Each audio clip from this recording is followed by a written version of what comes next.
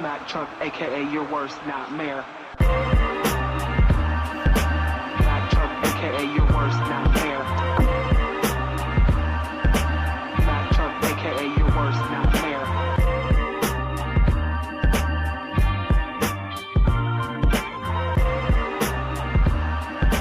Mack Truck, Mack Truck, Mack Truck. Good morning, y'all. We're here.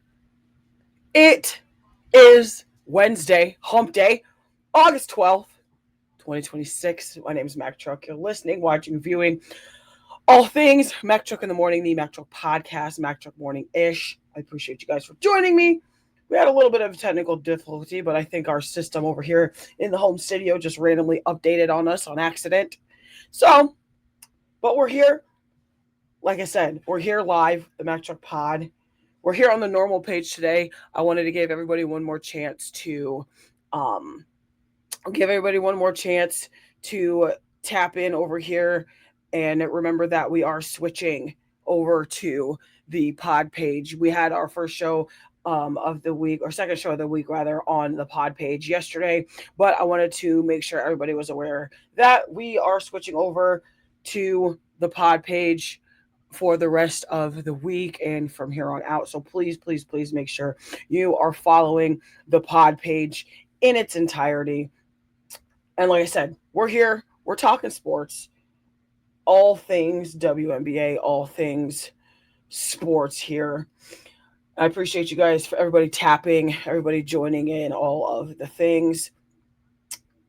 It's a little interesting here today. Not really feeling the best, but you know, that's what happens with weather change and everything, and who's the what's its and the whatnots, and just the natural order of life in its entirety. So, but we are here, we're hanging out, just chilling, gonna talk some sports here, gonna get ready and share it all out. So like I said, if you're here, make sure you're following, sharing, and subscribing to the Mack Truck podcast, as well as making sure you're following everything in the Underknown Network. Okay, I'm here, you're here. I see my executive producer is here. Hello, good morning, sir. How are you? Like I said, we're getting it all together here, tapping it out, sharing the things. Thank you, sir. Getting some people in here. Like I said, I wanted to give people a chance to know that we are, in fact, still switching over to the podcast page. If you're on this side of things, you'll see that the podcast page itself is tapping the screen. So go ahead and follow that, because that's where all of our shows will be from now on. Good morning, G. How you doing? Thank you for joining us. We got a lot to talk about, but really lots of details just with two topics today. I'm going to talk about the NFL, really the meat and bones of Kyler Murray and his starting position as the starting quarterback for the Minnesota Vikings, as well as the interesting controversy with Tony Romo in this DUI situation, and where he stands with CBS, as well as all the stats and drama and fun from the WNBA games last night. So we're going to get into it. Like I said, this show is broadcasted and presented to you by the Underknown Network, as well as TikTok Live. My name's Mack Truck. We're doing well today. Like I said, feeling a little under the weather, but it was just kind of random. So hoping it just goes away and just kind of, really decides to sell itself before I have to go work for 8 hours. Either way, I appreciate you guys for joining us here today. So like I said, if you're here with us, thank you for joining me. Go ahead and tap it out, share it out, get your dailies, all of the things. Let's get some of these frags back. Let's get all the information out there. Let's have a good time talking sports for the next couple hours. And I mean, like, really hour and 30-ish minutes, hour and 15, depending on how well the conversation goes. But we're here. It's Wednesday. We're already halfway through the week, guys. And I'm not really sure how I feel about it. I feel like this week's kind of just flown by for really no reason at all. And sometimes there's weeks like that, and sometimes there's weeks where it's just like, oh, like we're just dragging. It's only Tuesday or it's only Monday type of thing. So, like I said, I appreciate you guys for joining us here today. If you don't mind, like I said, please make sure you're following the Underknown Network in every single show that we have on the Underknown Network, including this one here at the Mack Truck Podcast. Especially make sure you are following On the Map. There is no On the Map in terms of show this week, but there may possibly be on the Mac Music Reviews. Also, go ahead and follow Flying Out with That Dude Biggs, as well as Recognized Game that comes back on the 23rd of the month, this month particularly. Okay, make sure you're following FLG Gameflow with J Mac as well. Listen, we're out here. It's Wednesday. We had WNBA basketball at a high level, mind you. If y'all did not watch the WNBA last night, and I know sometimes it can get a little redundant, but that's what's happening right now. It's spring and summer sports, coming to a close in the middle of the season, all the things. But the WNBA is one of the hottest topics, and we're talking about it. That's what we're doing. We're talking about it here on the Mack Truck podcast, Mack Truck in the morning-ish, just about 12:46 Eastern Standard Time here. So it's probably 11 Central or 11:45 Central, 10:45 Pacific, and maybe 9:45 Mountain Time here.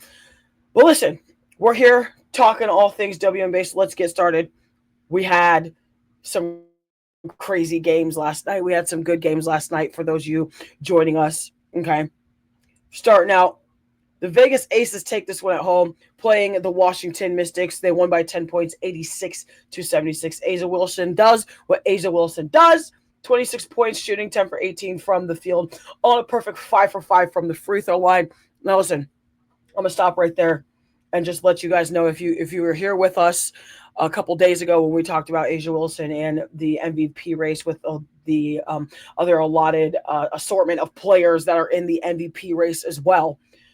You know that her being A'ja Wilson, and Jackie Young, Chelsea Gray all had a game to rest, and then you come out spitting fire like this. Like I said, sometimes when you're in as a sporting team entity and you have a pretty good record, sometimes you take a game or two to rest your big stars and your powerhouse players, and that's what happened. And you come out of the little break you get, then you drop 26 on them.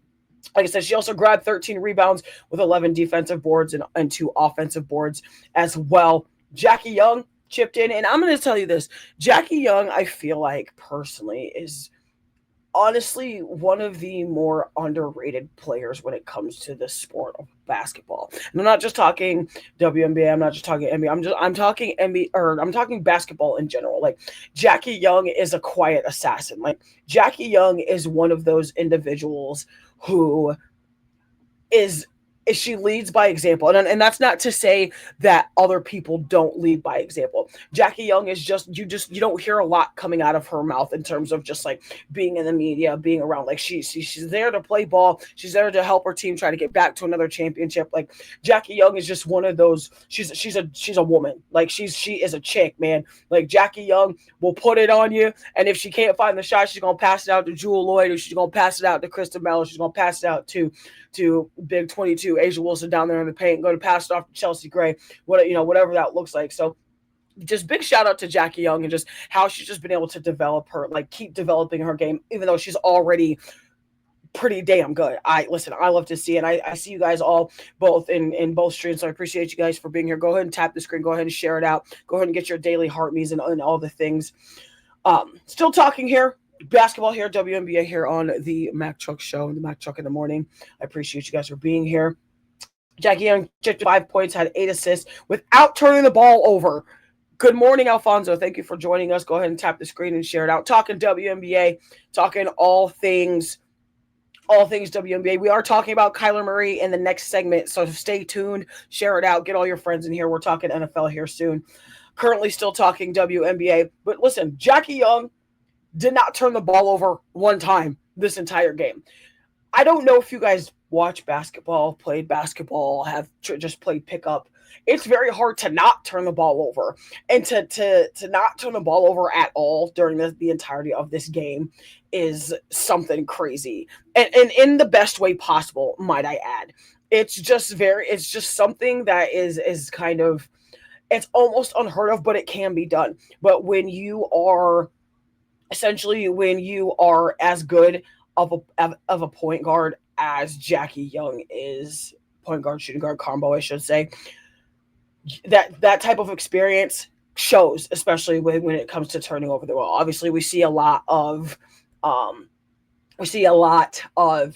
players have a couple turnovers. We see a lot of like newer players that are still trying to get their feet under them have a lot of turnovers. Jackie Young is somebody who's never naturally turned the ball over a lot unless they're just having an off game. And that happens. Like you're not always going to be perfect. Like perfection is intangible, is something that I always say. Like you can't touch perfection. You can chase it, but you're gonna be chasing something for a long, long time. So it's just, to me, it's just very commendable that Jackie Young has just been able to deliver basketball at a high level and on one of the hottest teams in the WNBA, might I add. Moving over into the Washington side of things, the Washington Mystics, Shakira Austin finished with 20 points, while Kiki Arifin gave them 13 rebounds, 8 defensive boards, and 5 offensive boards. And I see some comments here already. Washington can't win can't win them all. Yep.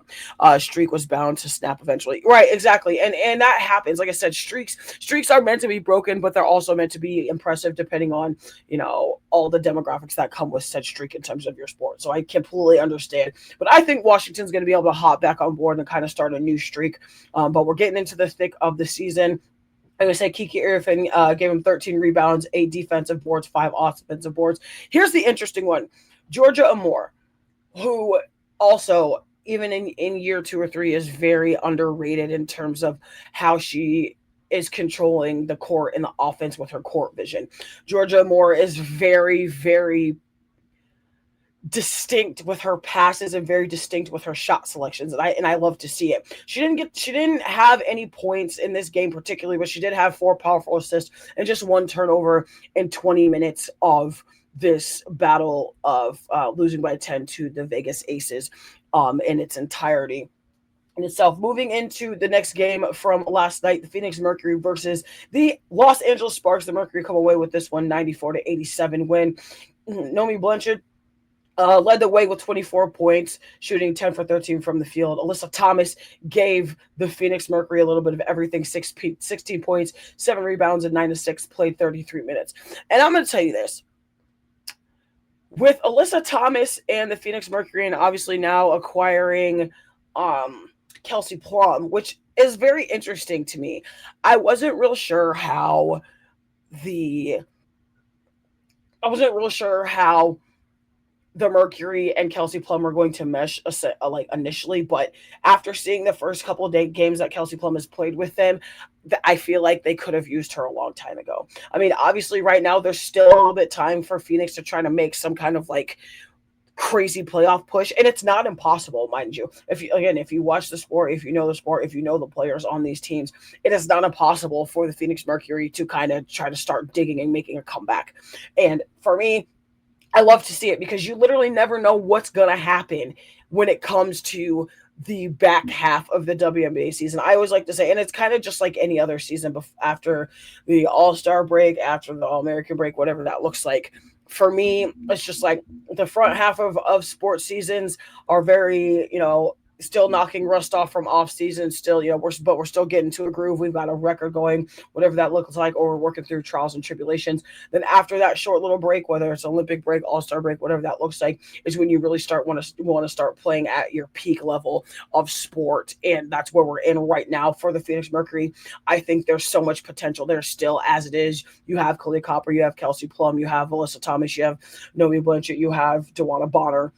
So you have pieces around you is the other thing, is you have those pieces around you to be able to do that. And now that Kelsey Plum has just added to the firepower that they had. Thank you. On the Map Network, shout out On the Map. Everybody follow On the Map for all things unknown artists, sports, and stories. Either way, I think the pieces around the current core of the Phoenix Mercury have a lot to say. Just because their record doesn't necessarily say that, I think that's where it's going to start being focused more in terms of just the media and the WNBA and the outlook of the back half of the WNBA season. I'm excited to see it. Either way, kind of moving in to the rest of these here stats. Like I said, she had 5 defensive boards, or she had 7 total, 5 defensive boards, 2 offensive boards, but also had 5 turnovers in the entirety of this game. Moving over into LA Sparks land, Dearica Hamby had 19 points. It was extremely efficient, going 8 for 8 from the field as well as 8 for 8 from the free throw line as well. Nneka Ogwumike, and I'm going to stop here for just a second as well. Nneka Ogwumike has also been a quiet assassin this season. she's averaging just about 20 points, if not just there under. She's also on a team that this season has seen a lot of ups and downs. Um, they kind of just been moving pieces around. They acquired Kate Martin from the Golden State Valkyries, who acquired her from the expansion draft from Vegas. Then they had the issues with Kelsey Plum, and then she was hurt, and then she essentially got traded to the Phoenix Mercury. So they've had a lot of ups and downs, but shockingly enough, they've been able to stay consistent across the board. And I love to see that, especially when you're going when your organization itself in the front office and the coaching staff and trying to add more pieces while you're actively in a season is something that's not easy to do in its entirety. But the fact that they've been consistent, I see LA also making a huge power push in terms of trying to push into off season, in terms of trying to get into the playoff circle itself. Nneka Ogwumike finished with 18 points, 9 rebounds, including 5 offensive boards as well. She also had 8 assists and also only had 4 turnovers. She had a lot of different looks here, had a lot of production. I mean, you played just about 30-ish minutes, if not a little bit more, and you only had 4 turnovers. And Nneka Ogwumike is not even the primary ball handler. That's the crazy part about this whole thing, and I love it. But and I think turnovers are calculated by who's obviously distributing the ball the most or on average between games. And just kind of looking at some comments here, Alfonso, I need Lynn Roberts gone. I'm tired of my Sparks being terrible. Well, and listen, and I'm not going to sit here and say that I disagree with you, because I don't necessarily follow like the ins and outs of the LA Sparks like you do, since that is your team. Obviously, I'm an Indiana Fever fan. That's how I felt about Christy Sides, Caitlin Clark's rookie year, and everything. Angel Reese's rookie year when she was over in Chicago. But I liked Teaspoon in that situation. But that's how I felt Caitlin's rookie year over in Indiana with Erica Wheeler. Like, I wanted more for the Fever in its entirety, and it just felt like there was no give there, and that's okay. So sometimes when you're looking at the overall realm and scope of basketball in terms of just the WNBA, it seems to be that the pattern is like teams will go on a hot streak for a year or a couple of years, and then they'll just kind of go stagnant because pieces get traded away, coaching staff gets moved around, that types of things. Main stars get moved around as well. More commentary. I can't remember the last time the Sparks made the playoffs. That's how long we've been terrible. Oh, and I definitely hate that for you, and I say that with the utmost respect, because being an Indiana Fever fan, I definitely know what it's like. Having gone to the playoffs the past 3 seasons, but just losing in the first 2 rounds is something that I definitely align with in its entirety. So I understand completely, my dear friend. Still moving on here into some more of these stats, and we've got a lot of information, stats, and history just from this New York Liberty and Indiana Fever game alone. New York Liberty dropped this one in Indiana to the Fever. The Fever win 106-92. Brianna Stewart finishes with 19 points, 10 rebounds, 5 assists, also without turning the ball over in just over 30 minutes of play. John Cole Jones grabbed 10 rebounds for New York Liberty as well, had 8 defensive boards, 2 offensive boards as well. But listen, and I know you guys are sick of hearing it, and I really don't know what to say or how else to really help with that.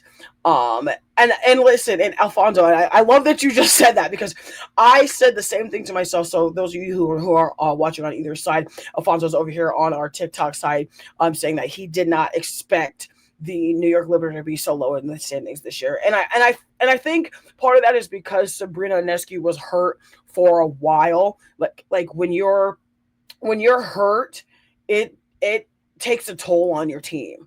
It takes a toll on really everything in its entirety, in terms of like your overall flow. Because remember, she had that really bad ankle sprain at the top of the season. I believe she got that ankle sprain during preseason. So it was just very little bit inconsistent from the New York Liberty, and I see more comments here. Coaching too. This guy came from the NBA, and he hasn't coached women's basketball before. Right, right. And that's the other thing is like, and that's no knock on men's coaches because there's a lot of great men's coaches out there. Obviously, Gino Uriema is one of them. And in fact, he's the best, one of the best to do it. Obviously, next to Pat Summitt, Don Staley, Lisa Luter, those types, those types of Coach Corey Close, those types of coaches. So in terms of just not having ever coached women's professional basketball before, it's a different game. While coaching in itself always has its obstacles and its ups and downs, no matter what side of the coin you're on.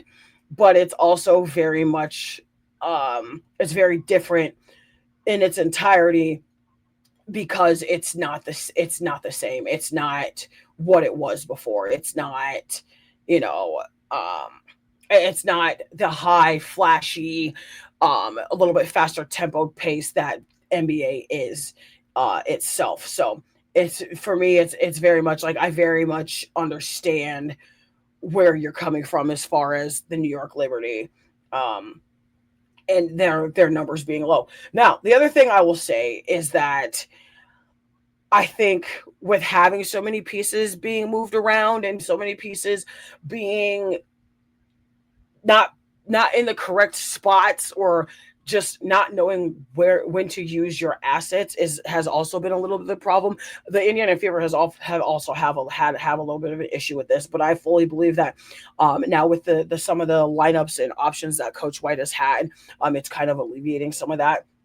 Also, just kind of so we are clear, there's a lot of history that's being made alone by Kelsey Mitchell for the Indiana Fever. And again, like I said, I know sometimes it gets exacerbating when we're talking about a lot of the same teams, but when a lot of those same teams are creating their records, breaking their own records, breaking previous records that haven't been broken before, haven't been sought after before, it's something that you have to talk about because it's greatness in the making, whether you're a huge fan of the W or a huge fan of whatever team, it's a thing. And when, especially in this realm of sports, and you want to make sure that we're highlighting all kinds of things like, I can't express to you, and I can't wait until the next time the Minnesota Lynx play because I have so much to say about the Minnesota Lynx and especially Olivia Miles. Again, if you haven't been paying attention, most of our information has been here on this side of things as far as our streams and TikTok in its entirety. So I can't wait until more of the other teams in the W that have been making statements get to play again so I could keep talking about that. We love it here. Either way, on the Indiana Fever side of things, Kelsey Mitchell obviously was cooking per normal. 28 points, 11 for 16 for shooting. Aaliyah Boston also adding 7 rebounds while Caitlin Clark finished with 22 points, 10 assists in 35 minutes. Also, Kelsey Mitchell is still on a hot streak, y'all. Kelsey Mitchell is still on a hot streak with now one of the longest streaks in WNBA and Indiana Fever history with 17 games of 20 plus points or more. And like I said, the last time we kind of been tracking this Kelsey Mitchell historical streak and string of gameplay is Kelsey Mitchell is the consummate individual in terms of basketball, in terms of just who she is as a person, in terms of a teammate. Like I said, for those of you who obviously there's a lot of people that don't follow the ins and outs of the WNBA, let alone the Indiana Fever. But for those of you who don't know, again, Kelsey Mitchell is studying for her PhD. I don't know in what umbrella specifically, but she's literally studying for her PhD. And the Indiana Fever went back. They do have their inside the locker room and everything. Types of just media content and everything, and they literally had a clip of her sitting in a chair in the locker room fully dressed, ready to go with her warm-ups on, and cranking out this paper or thesis or whatever she was working on in the middle of trying to get ready for this game. And I was like, oh, okay, so this is what we're doing, this is how we do this. And when you're on a professional level and trying to remain on that professional level, it's something that is absolutely warranted for a celebration. So huge shout out to Kelsey Mitchell and the fact that she's just having some of these endeavors that she does, and you love to see it. I see some more comments here. Indiana is actually one of my top title contenders. Minnesota, Golden State, Indiana. That's interesting because, to be honest, right now I don't necessarily have Indiana that high in the title contender race. However, if they can fix their defense, if they can just keep tweaking their defense each game and keep adding those components just a little bit more, just pressing a little bit more each game, I fully will agree with you. I mean, I still think personally that the Indiana Fever is going to get to a point to where they are it's going to be pretty hard to stop them. I mean, hell, it's already hard enough to stop them in its entirety. And the fact that, like, obviously there's always room for improvement, there's always room to grow, there's always room to tweak, your game.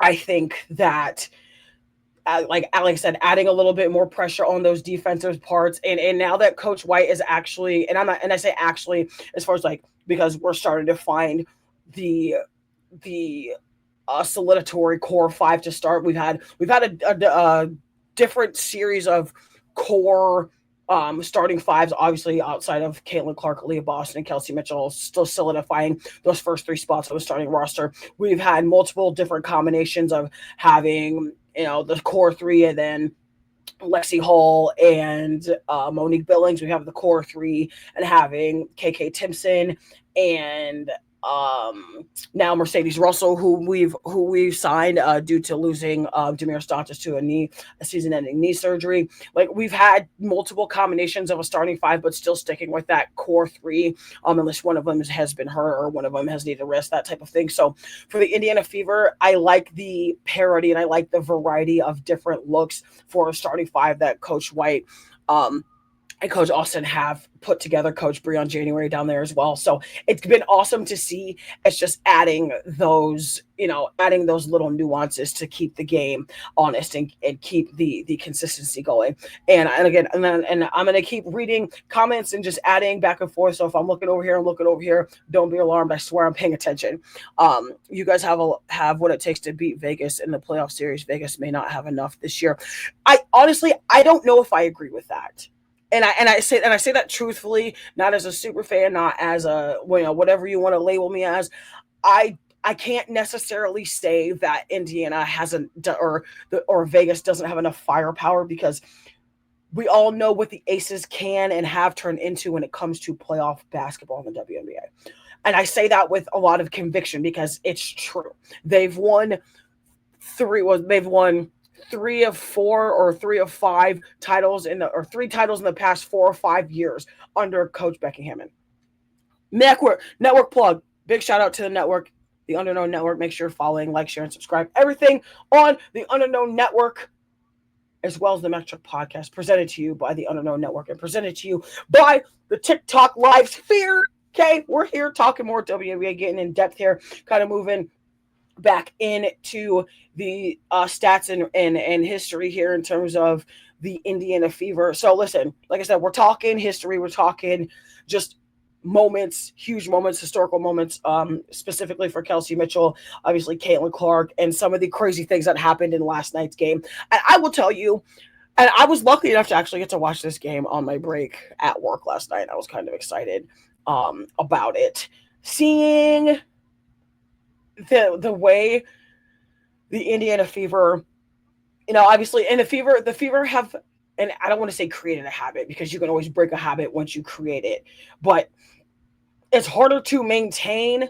It's harder to break a habit or break a string of consistency when it's just something you've kind of been known for. And what I mean by that is the Indiana Fever, wildly enough, have started very slow against power teams. They've started slow against Golden State. They've started slow against the Vegas Aces multiple times. They've started slow against the New York Liberty multiple times. They've started slow against Phoenix multiple times. They started slow against Chicago. So it's just like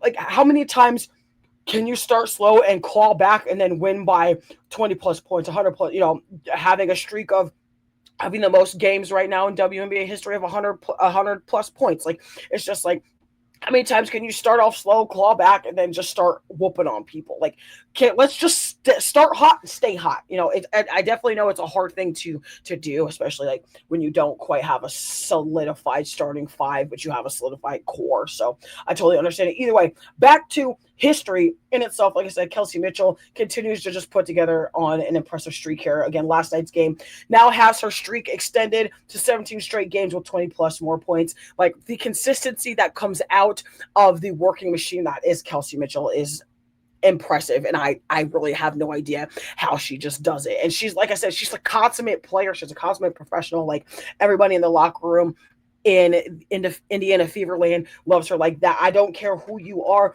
That is her team. Kelsey Mitchell is the Indiana Fever. While Caitlin Clark is there, Leah Boston is there, Kelsey Mitchell is the Indiana Fever.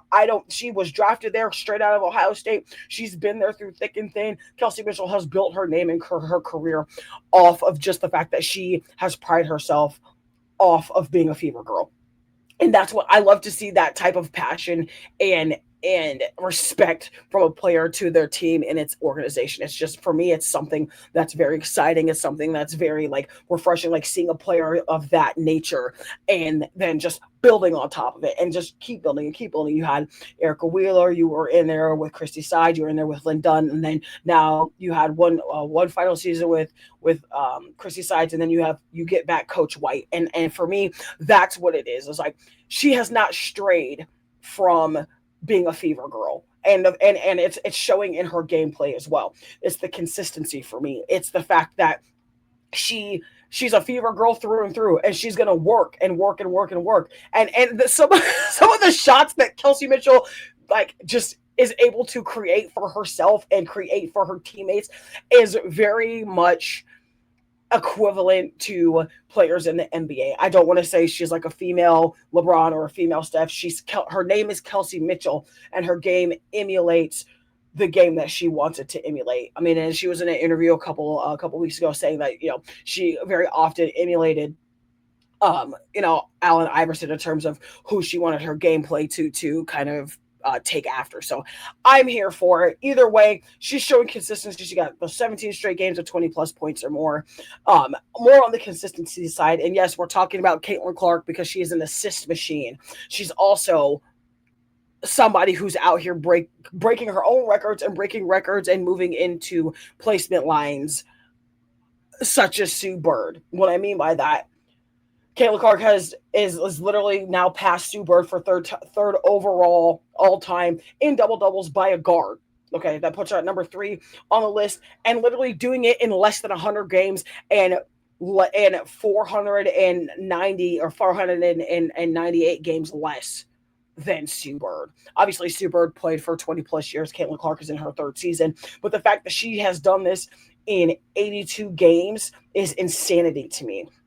And on top of that, she has 29 games. So Sue Bird had 28 double doubles in 580 games. Caitlin Clark has 82 games and 29 double doubles. That's insanity. Again, that puts her at number 3 on the overall double double list for a guard. I mean, like, seriously, like, come on now. I'm kind of infatuated with the stat line for me, but it's interesting when you really think about it. Like, dang, like, she's in her 3rd season. She hasn't even played a full 100 games yet. And mind you, if Caitlin Clark didn't get hurt last year, she probably would have still broken this record. It obviously would have been just about 100 games, if not a couple games just there under. So it's crazy to really think about. On top of that, Caitlin Clark, obviously we know her for her passing ability, her court vision, and the fact that she likes to drop 3-point nuke bombs from Schenectady, from Egypt, from Canada, whatever country or continent is that's surrounding her. Caitlin Clark shooting a 3-point ball.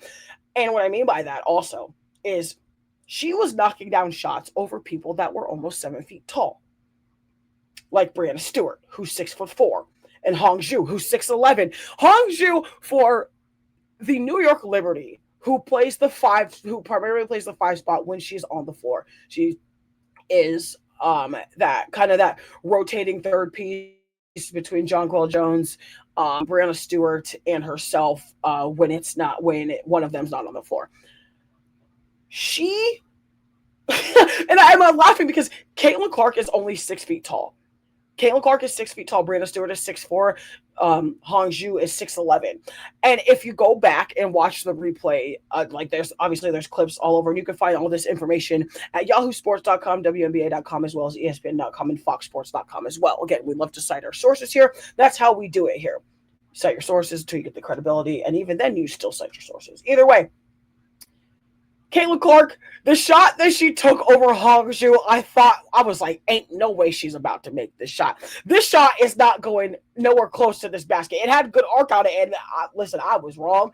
It is probably one of the best times for me to ever be wrong, because the way that ball just went all the way, so if you can see me on the screen, Caitlin Clark is here. Hongju is right in front of her at 7 feet tall. Okay, she doesn't even have to step back. She took like a half a step and then just, and it just, the perfect arch that this thing had over Hongju. I was just like, if this thing don't go in, I'm still saying it's a really good shot selection. It just hits the bottom of the net. I was like, okay. Again, and then you shoot another one over Brianna Stewart, who has a 7-foot wingspan at 6'4".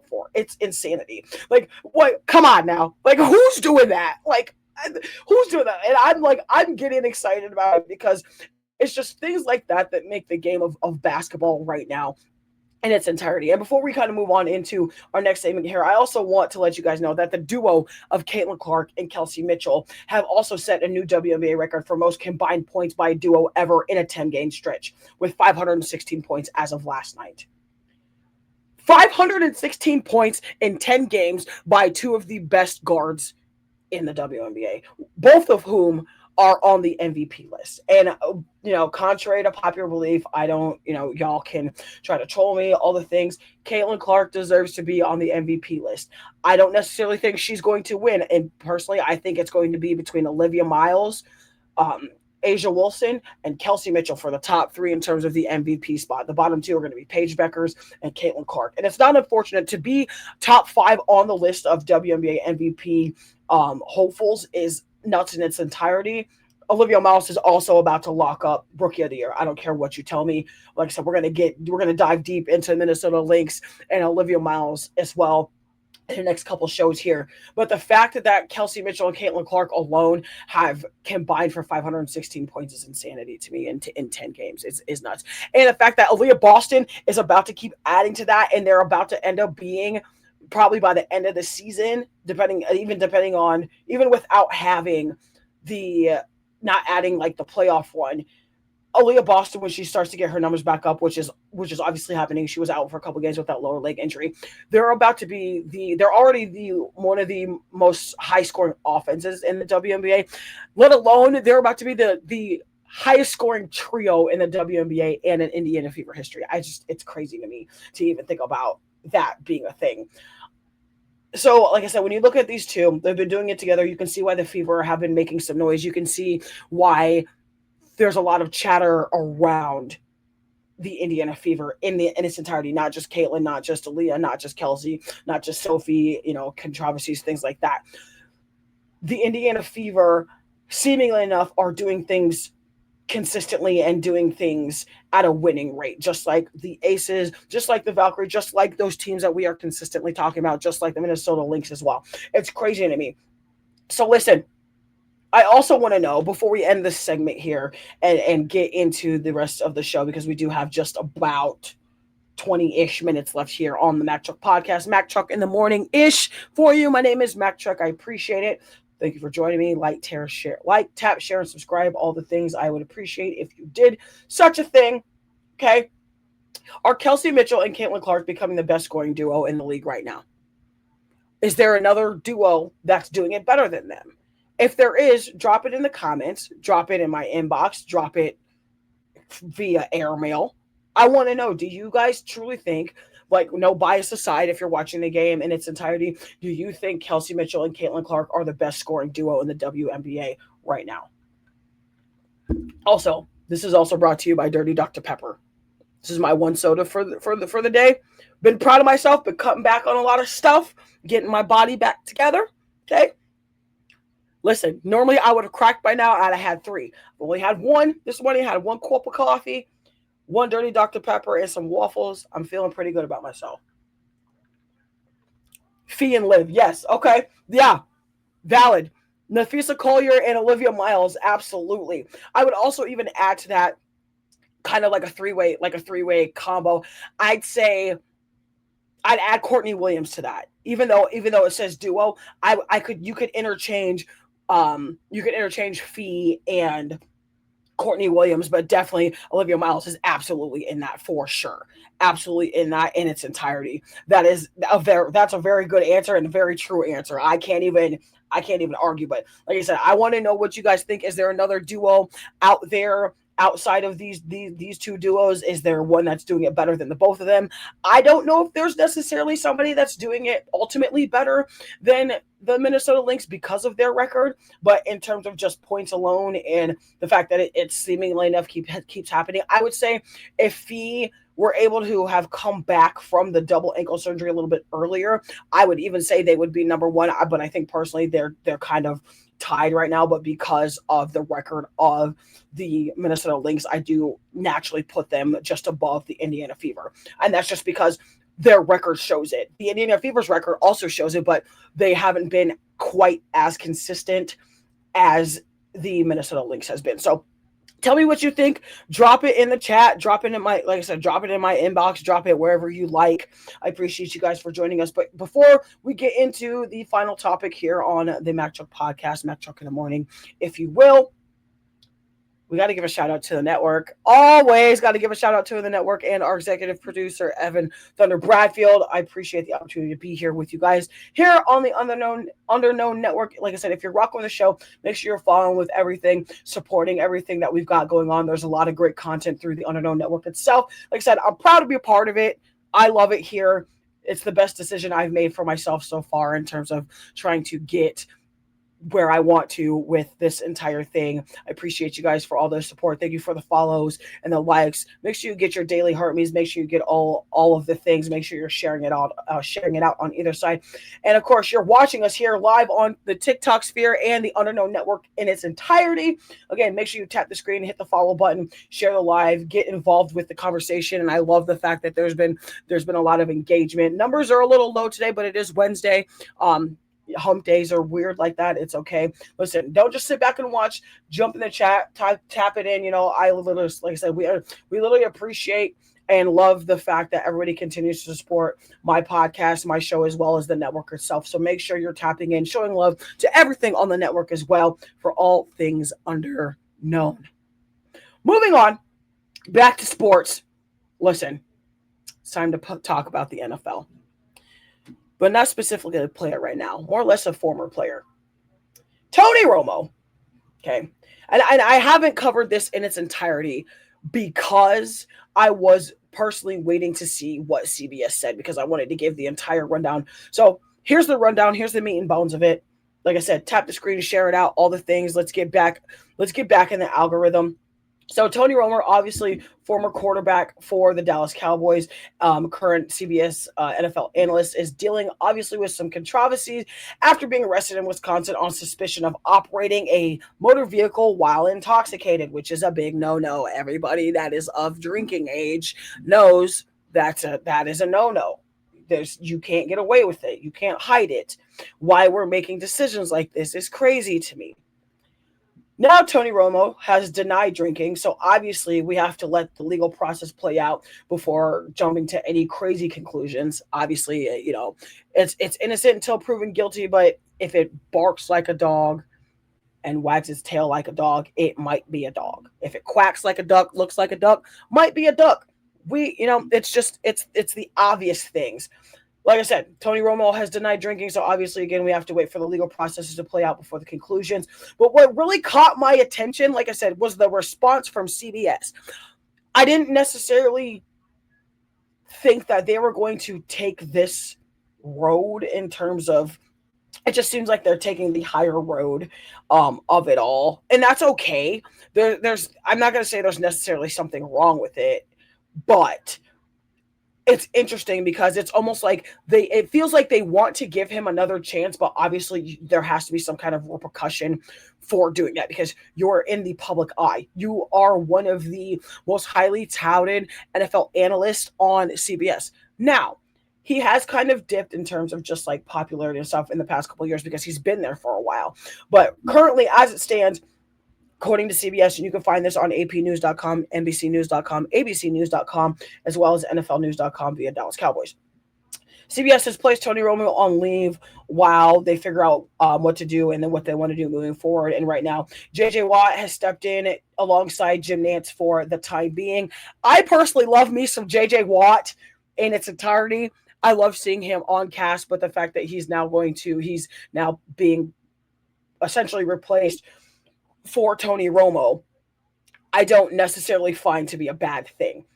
Again, it's like because the response from CBS isn't clear. Like, and they literally say CBS has also made it clear that there's no timetable right now for a final decision on Tony Romo's future, and that's the thing that raises the interesting question with this whole thing. Is like, it seems like when you're a normal person living normal life, doing normal things, you kind of get a bunch of chances when it comes to trying to make right with the wrongdoings that you've had. Hi Chad, welcome in. Hi everybody, I see you guys. I swear I'm not ignoring you. We're just talking sports, just talking the entire Tony Romo situation here. But like I said, CBS hasn't made it clear if there's a timetable or when there's going to be a timetable for the entirety of the decision regarding Tony Romo. Like I said, it's almost like they want to give him another chance because he's so good, but you absolutely in some way, shape, or form need to be reprimanded. That you have to, you have to have that time to really think about what just happened. Like, obviously, like I said, it's innocent until proven guilty, but also in the same respect, like, well enough that drinking and driving is absolutely unsafe for everybody. You're putting yourself at risk, you're putting other people at risk, and it's a stupid decision.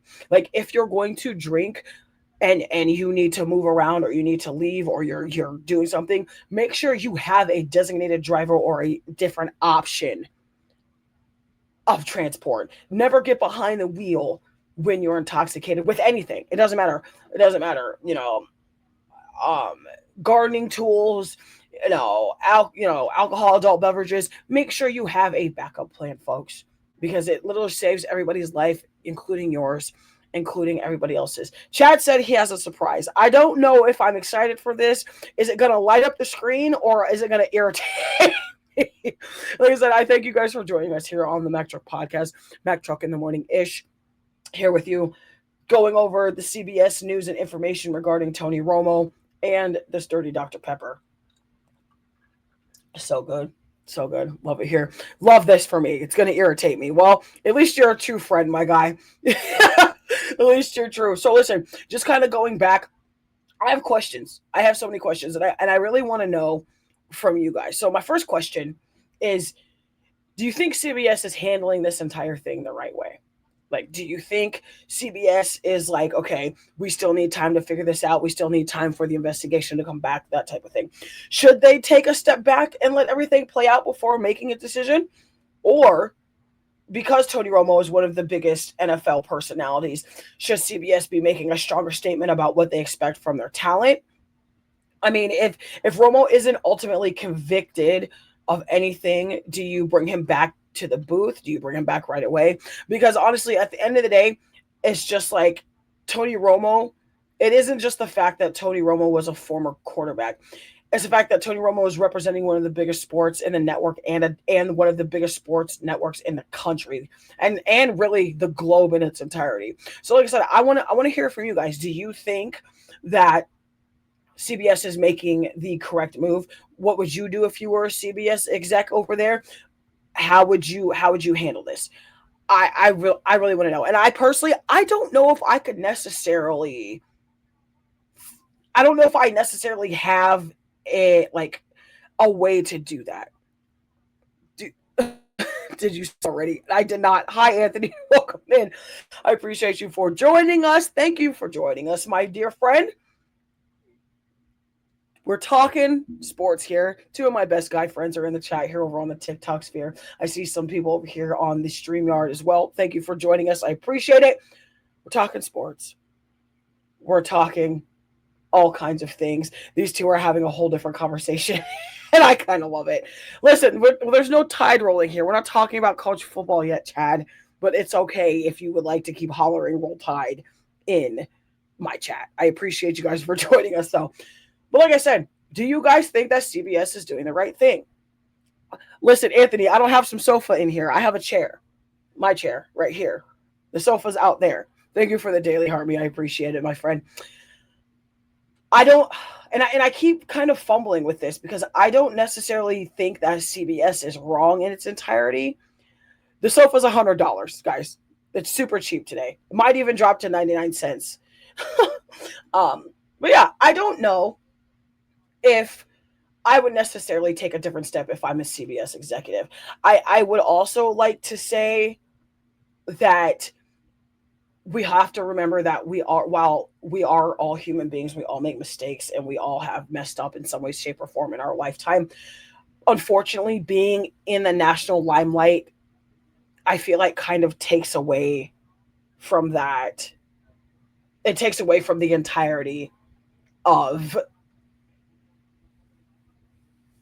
being innocent until proven guilty. It's almost like when you're a celebrity or when you have powers in some way, shape, or form, that it's just it's a very slim margin. And what I mean by that is like, okay, if I'm a celebrity and I decide that, I go out and I get into a fight at a bar or a nightclub and it ends up being on TMZ, it ends up being national news. Oh, Mack Truck got in a fight, in a nightclub, and she's an MMA fighter or whatever that looks like.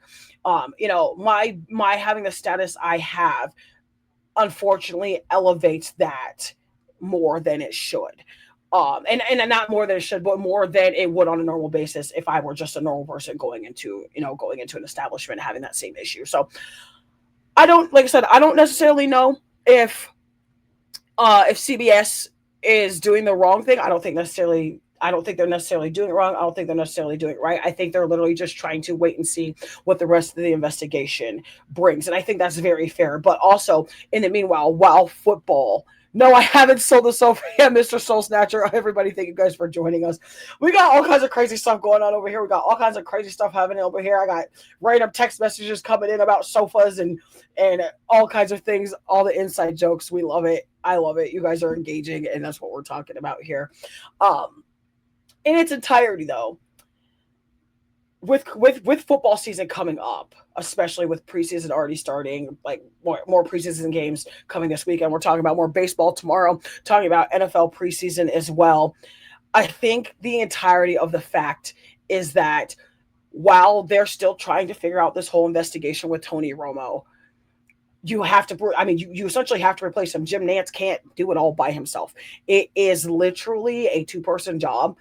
And that's where you put in a Tom Brady, you put in a J.J. Watt. And like I said, he's currently right now being replaced with J.J. Watt. So you still have a dynamic duo there with Jim Nantz and J.J. Watt. Tony Romo, if I had to put a guess on it right now, I would say that CBS in some way, shape, or form is obviously going to suspend him for some time, possibly, fine him, whatever that looks like. I'm not sure what those types of repercussions look like in the realm of like news broadcasting and like live sports broadcasting, even though I am trying to get there personally. I obviously don't know the ins and outs of everything. Thank you so much, Mr. Snow Slasher. I appreciate it. I don't necessarily know what that looks like, but if I had to take an educated guess, I would think that we as an entirety will see Tony Romo suspended or hear that he's suspended or alleviated from his duties in some way, shape, or form. For an extended period of time. I don't know what that looks like. I don't know if this has been a problem for Tony Romo in the past. And if it has, this is something, we don't know if this is something that's been an issue before and it's just been covered up or not been talked about, that type of thing. So either way, we'll wait to find out. But we're moving on into the last part of our show here. Talking about Kyler Murray, talking about the meat and bones of it. And again, you can find this information at yahoosports.com as well as ESPNNFL.com as well via the Minnesota Vikings. Listen, if you were with us here on the show yesterday, we broke the news right as it came out. The Minnesota Vikings, again, have appointed the starting quarterback spot to Kyler Murray. as soon as the season opens. So day one, game one, NFL season 2026-2027.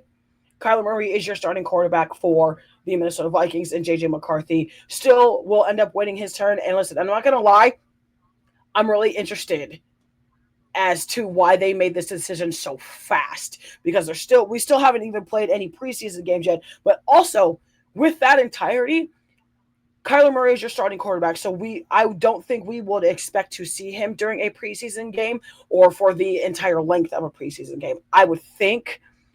That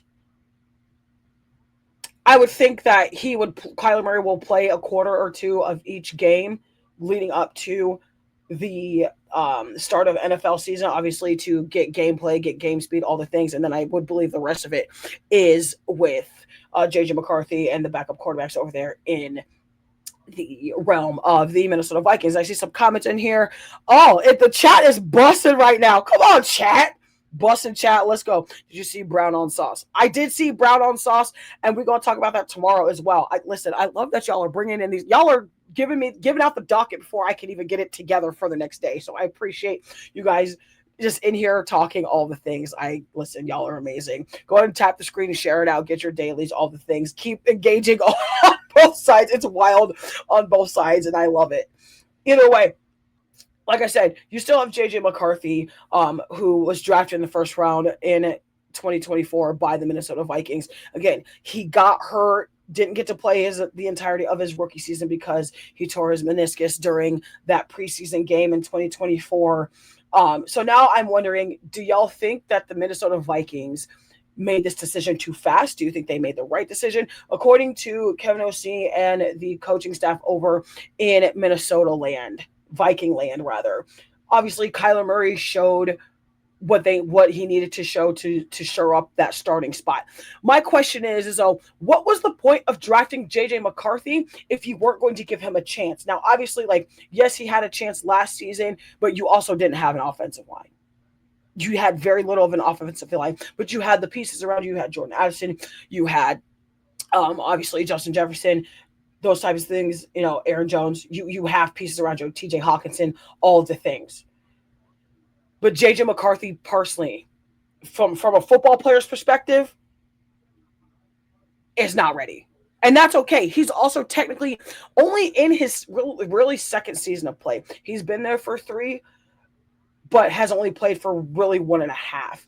And it's interesting to me because if this whole thing with Kyler Murray doesn't pan out, and I personally believe that it will pan out, but I also believe that JJ McCarthy is going to get his chance to also showcase the fact that, listen, I'm still here. You drafted me for a reason. But at this point in time, the move for the Minnesota Vikings to pick up Kyler Murray on a really low minimum, okay, really low minimum deal of $3 million for 1 year.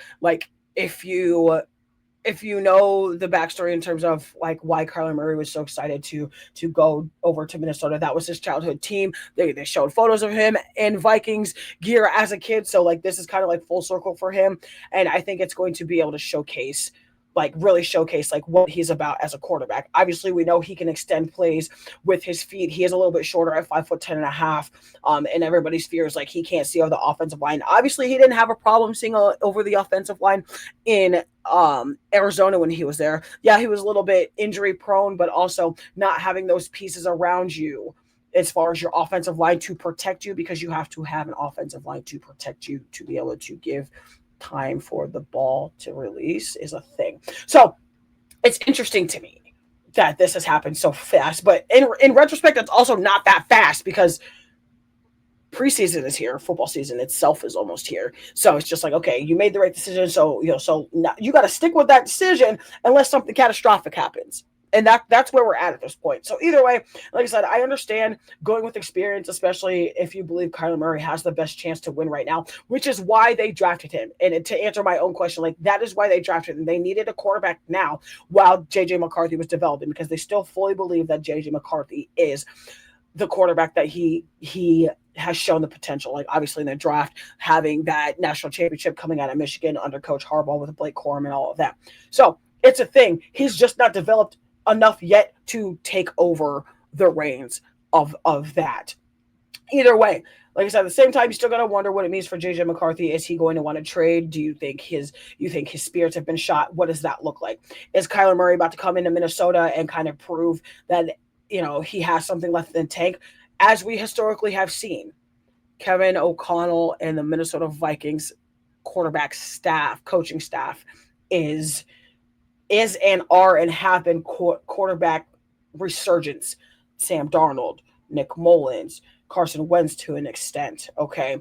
Daniel Jones to an extent. So you look at the pedigree of quarterbacks that have come into the Minnesota Vikings realm, and you see now Sam Darnold, Super Bowl champion.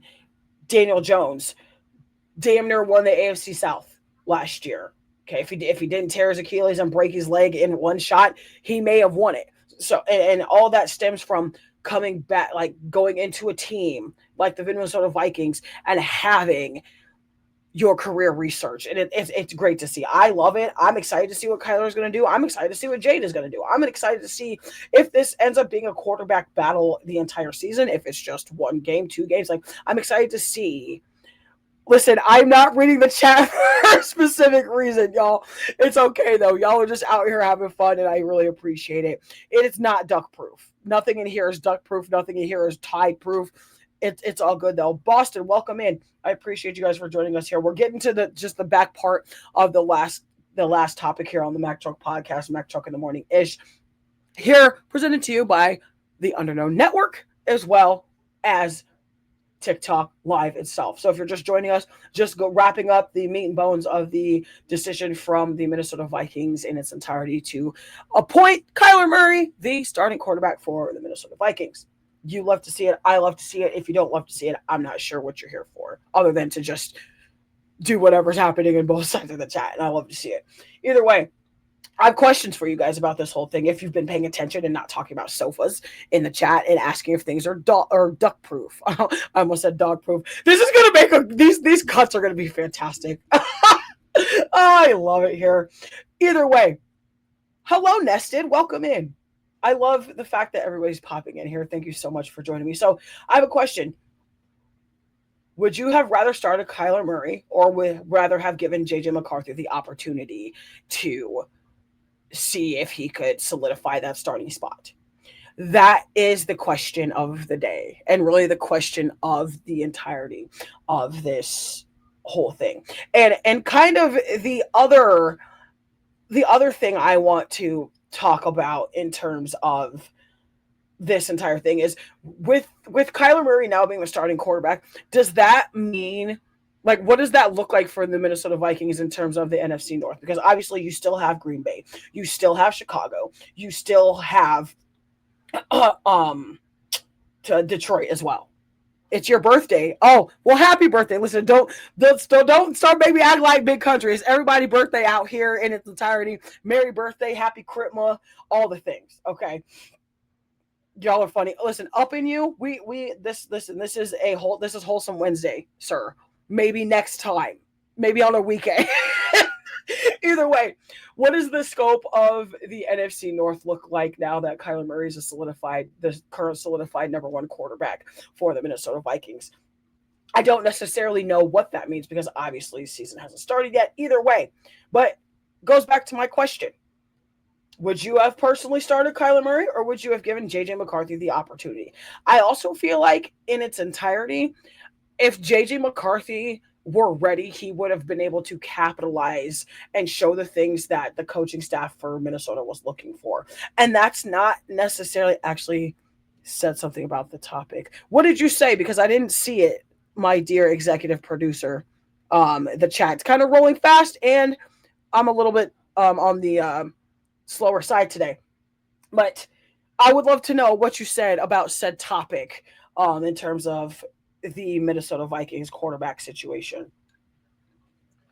And like I said, I appreciate you guys for joining. If you're just popping in, this is the Mack Truck Podcast, Mack Truck in the Morning-ish. Okay? If you're here with us hanging out, I appreciate it so much. My name is Mack, coming to you live from the TikTok sphere, as well as the Underknown Network. Got about 10 minutes left in the show today.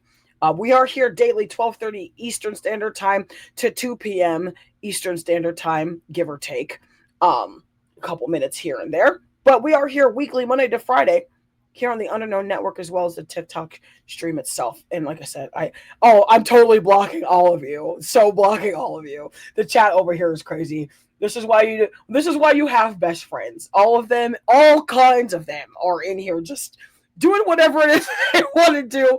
I'm here for it. We love the engagement. We love all of the fun here on the Mack Truck Pod. Listen, before we close it out and kind of get to some more audience interaction, if you will, got to give a shout out to the official sponsor, founding member, and executive producer of the Mack Truck Podcast, the Unknown Network, as well as the not really co-founder, really sole proprietor, founder, and main sponsor of the Mack Truck Podcast and In My Bag Apparel and Customs by Evan Bradfield down there in the chat. Make sure you follow him for all things In My Bag Apparel, as well as Mack Truck Apparel. Listen, if you're looking to support a brand and rock some gear, make sure you check out In My Bag Apparel at bigcartel.com, and you can shop also through the TikTok shop as well. I know, listen, one of my friends messaged me on Instagram and was like, listen, I finally got my truck shirt. We love the fact that you got the truck shirt, okay? All Mack Truck merchandise is on inmybag.bigcartel.com. We also got some dope designs and features for you. Definitely want to check out, including West Coast Legends, Bulls Dynasty, and Ring Me. And personally, Ring Me is my favorite Golden State Warrior inspired line. And it's not even kind of dope. It is dope. It's sick. All the designs, all of the lines on In My Bag Apparel are what you're looking for. I don't care who you are. Truck apparel is also on there. I always try to make sure we're pushing out everything else but my apparel. But my apparel is also on such a website. Of course, listen, best friend, you already know what's good. Executive producer, y'all know what's good. We have, listen, you two, y'all are insanity in this chat. Either way, right now, when you shop online at inmybag.bigcartel.com, as well as the TikTok shop, and use the code word truck, you will receive 15% off your entire first order. Again, that's code word truck, TRUCK, for 15% off your entire first order when you order online. Like I said, all things Mack Truck Pod apparel, all things In My Bag Apparel itself, including Bulls Dynasty, Ring Me, and West Coast Legends, and frankly, out of the three, okay, outside of my own. Thank you for the Corgi. I appreciate you, Nested. Thank you so much for being in here with us. West Coast Legends is probably my favorite right now. This far, like I said, I have over $1,500 in my cart, and I can't wait to actually be able to get all of it, because I'm about to just be up in here, just rolling all things In My Bag Apparel, all things West Coast Legends, all things Ring Me. Like this car of mine is frightening. It's equivalent to my wife's Halloween online shopping order, frankly, probably more. And we love that here. But like I said, when you're here with us, you represent the brand, you're representing the truck, you're representing In My Bag Apparel and the network itself. Unknown Network Apparel is also on there, on the Map Apparel is on there with the collaboration. Listen, the K dot and the cube one also is very, very, very, very hard. I am not even going to sit here and lie to you. And I appreciate, like I said, I appreciate you guys for joining us here. Like I said, once again, inmybagapparel.bigcartel.com or the TikTok shop. Use the code word truck to get 15% off your entire first order online. Support the brand, rock the gear, and let everybody everywhere know where you got it. Listen, the Mack Truck Podcast, we're here. We're staying tuned. We're staying sporty. We got about 5 minutes left in the show for engagement. I see there's a lot of stuff happening in the chat. I see we got some likes and shares over here on the other side, so I do appreciate it. And like I said, you guys can find the Mack Truck Show only as it stands right now on the Unknown Network as well. You can find it here on the TikTok stream as well, until we figure out how to put all of them together in one place so we don't have two screens, but it gives for great angles, I'll tell you that.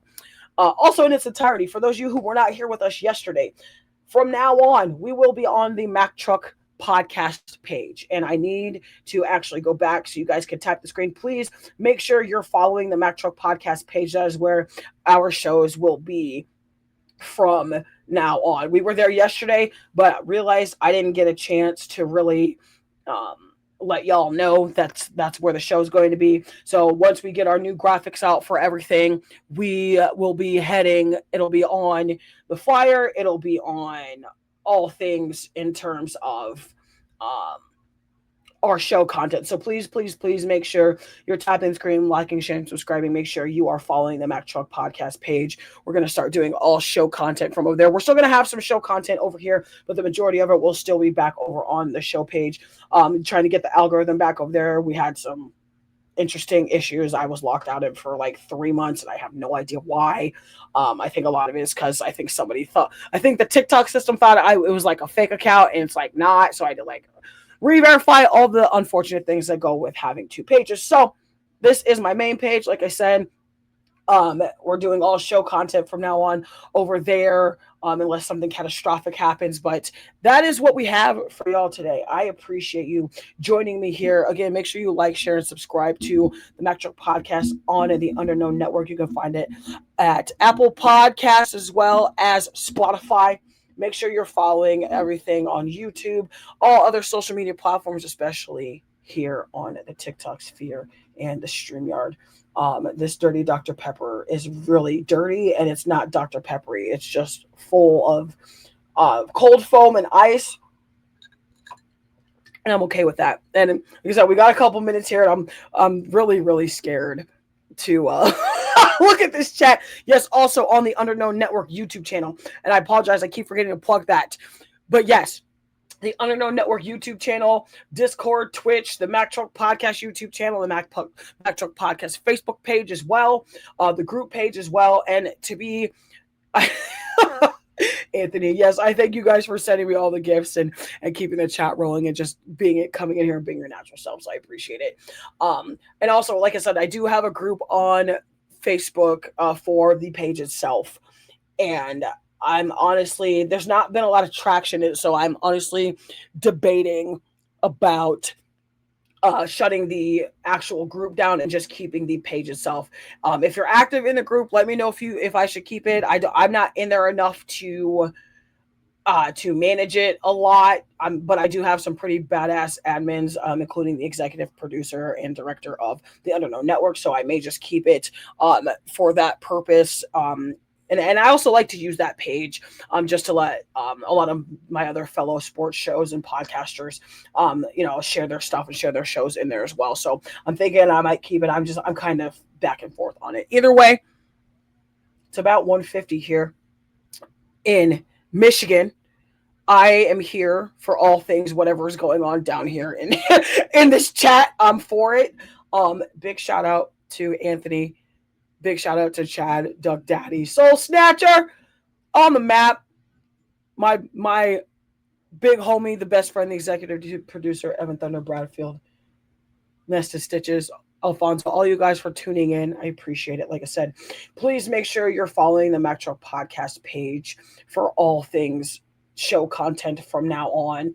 And if you're not following, I'll be sure to hop on there and make sure I'm following everybody on there. Like I said, content will be there from now on, but we're still going to go live from the Mack Truck page in its entirety, just not so much with show stuff unless something catastrophic happens and I need to fix the algorithm. But if nobody else has anything productive to say, I am going to go ahead and end the show, and I'm going to go harass my wife for its entirety of the next 45 minutes while I'm getting ready for work. But like I said, like, share, and subscribe, all things to the Underknown Network. Buy your sofas somewhere else, guys. Y'all on these sofas. Listen, I'm fresh out of sofas today. You might want to ask Big Country. I bet he got a bunch of sofas over there for you hooligans. Either way, my name's Mack Truck. I appreciate you guys for joining me here on the Mack Truck Podcast. Again, here daily for you on Underknown Network, the YouTube channel, the Switch. Don't take it out on your wife. Listen, I couldn't take it out on her if I tried. That woman is very intimidating. I don't intimidate easily, but that woman, I'm not messing with her in the back alley. I'm not messing with her on a set of staircases. I'm not messing with her really anywhere. The woman is just a scary and intimidating Latina woman, and I love it. It's fine. It's great.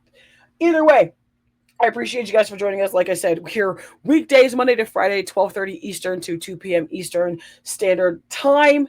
Mack Truck in the morning ish, depending on where you're at in the natural country. My name is Mack Truck. I will see y'all tomorrow. Like I said, hi Jade, welcome in. You are literally just missing me on the closing, but I will be back tomorrow for another edition of Mack Truck in the morning ish, the Mack Truck podcast presented to you guys all by the Underknown Network and TikTok itself. Please make sure you like, share, and subscribe. And speaking of my wife, she just walked by. Hi, babe. Hi. Either way, I appreciate you guys for joining us today. Thank you so much. We'll see you tomorrow. Also, if you have topics that you want me to talk about, throw them in my inbox. And yes, make sure you check out all the highlights because I'm sure there's going to be a bunch of them. And I can't wait to go back onto my TikTok and see.